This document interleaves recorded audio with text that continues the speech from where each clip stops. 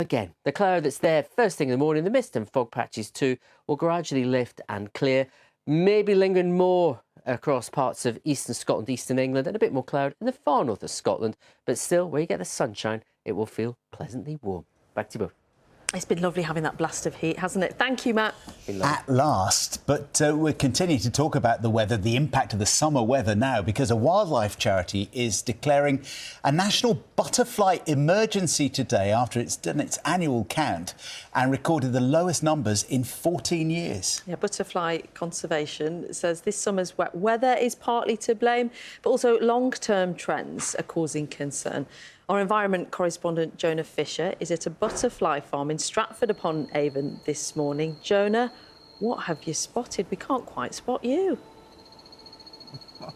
Can you spot me? I've spent the morning battling the elements here in the deepest, darkest tropical rainforest of Stratford-upon-Avon, as you say. I'm at a butterfly farm, so it's warming up gradually this morning. There are tropical butterflies that live in here, and if the truth be told, they don't fly around that much when it's not that warm. So as the temperatures rise, they're starting to fly as well. We've seen a few on the plants. You can see one here that's just waiting perhaps for that moment to take flight.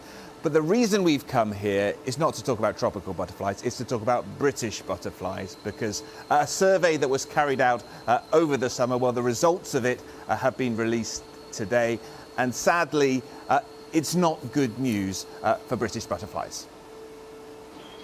Over the summer, thousands of people went out to record the number and type of butterflies they saw during a 15-minute period. And the results confirm what many have suspected. There seem to be fewer insects this year. A third of butterfly species had their worst year on record, including the common blue, which was not seen in some places at all. And while the wet weather's partly to blame, scientists say the long-term trend towards fewer butterflies is a sign that nature's in trouble. Declines in butterflies means declines in pretty much everything. And OK, this year might be particularly bad because of the weather, but over the long term, even when the weather's good, these species aren't able to do as well as they might be able to because we've not got the habitat available for them. Butterflies have been hit by a host of pressures, including climate change, habitat loss, and the use of pesticides.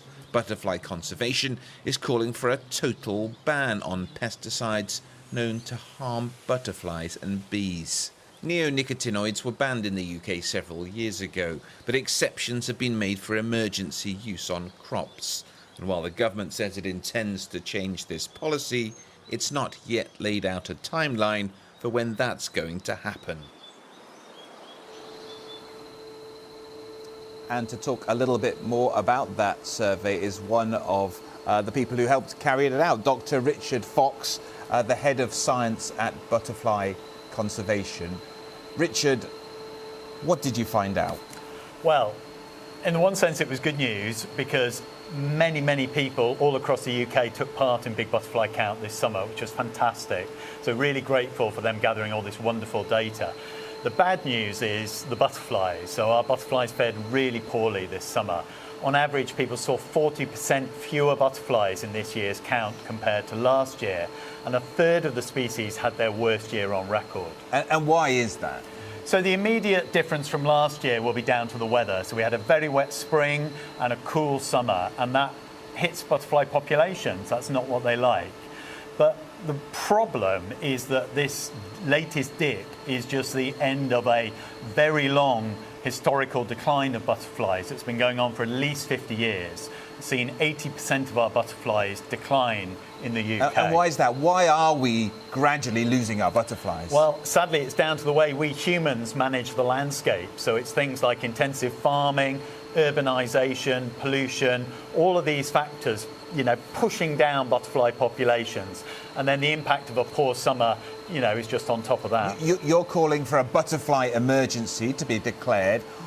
What would you like the government to do? What could the government do right now to improve things for our butterflies? Well, we think the government should immediately declare a nature emergency. Butterflies and many other wildlife are in grave trouble in this country.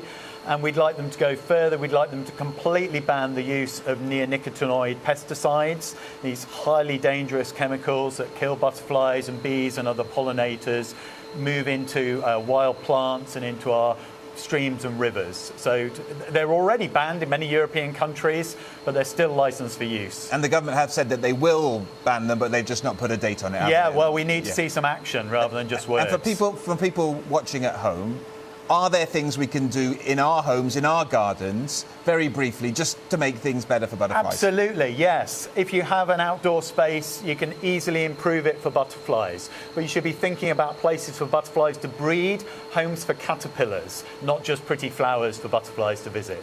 So we can all give butterflies a bit of a helping hand. Absolutely. OK, so bad news from this survey, but I suppose the positive is that if we provide the right conditions, butterflies can bounce back quite rapidly. Back to you in the studio. Thank you, Jonah. It's always good to know how we can play our small part, isn't it?